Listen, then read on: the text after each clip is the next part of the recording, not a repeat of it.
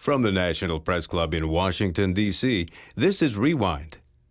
Former CEO of Hewlett-Packard, Carly Fiorina, discussed at a luncheon what she believes is at the core of the declined state of American entrepreneurialism. If you put a frog in a pot of water and slowly turn the water up to a boil, that frog will boil to death.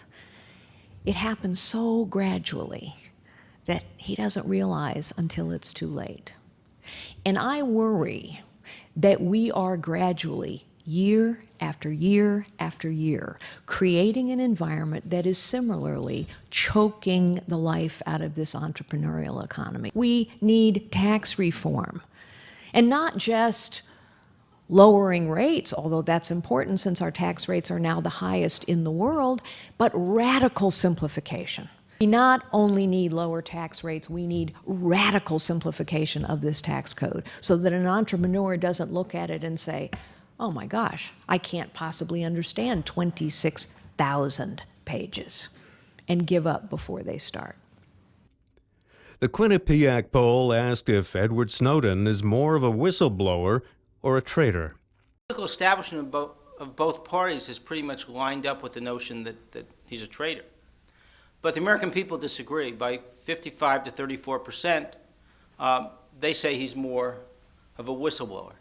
Former military and State Department personnel expressed their concern over the president's nominee for U.S. ambassador to the UN, Samantha Power.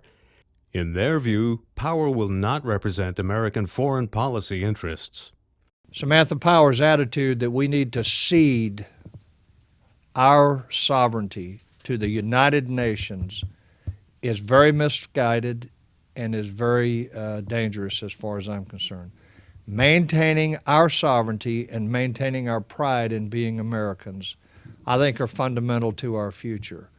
Church leaders voiced frustration over the Health and Human Services mandate's imposition of heavy fines and penalties on organizations that do not wish to participate in providing contraceptive and abortion drugs.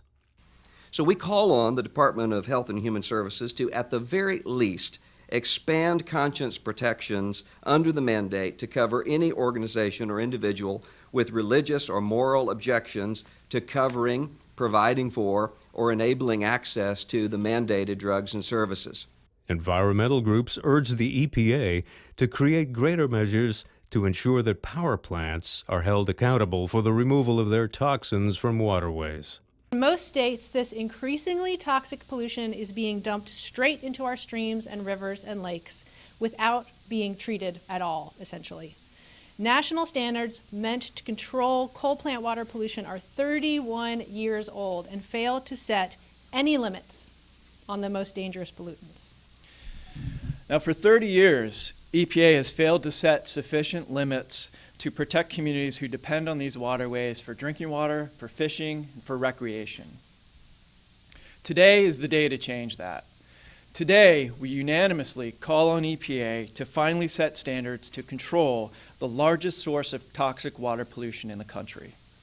An international relief and development organization hosted a panel that described how economic and social justice disparities contribute to the alarming poverty rates in the U.S. The U.S. is a rich country, but our wealth is distributed more unequally than in any other rich nation. Our country has the highest proportion of low-wage workers of any developed country. People who work hard but earn less than $10.50 an hour and are barely able to make ends meet.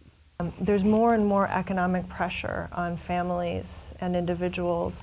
Young people are graduating off a cliff, and there's no jobs. The first president of the United States is finally getting his own library this September at Mount Vernon to house his books and original manuscripts. The library itself is really a scholarly setting and not available to the general public. It will be available by appointment only. But we are really considering ways to at least virtually make it available to people. And the library is more than a physical building. Much of what we'll have there and have collected and continue to collect will be digitized. So we're adding to that material that will be available to folks who are not able to actually use the library physically. From the National Press Club, where news happens, this is Rewind. I'm Phil Cordes.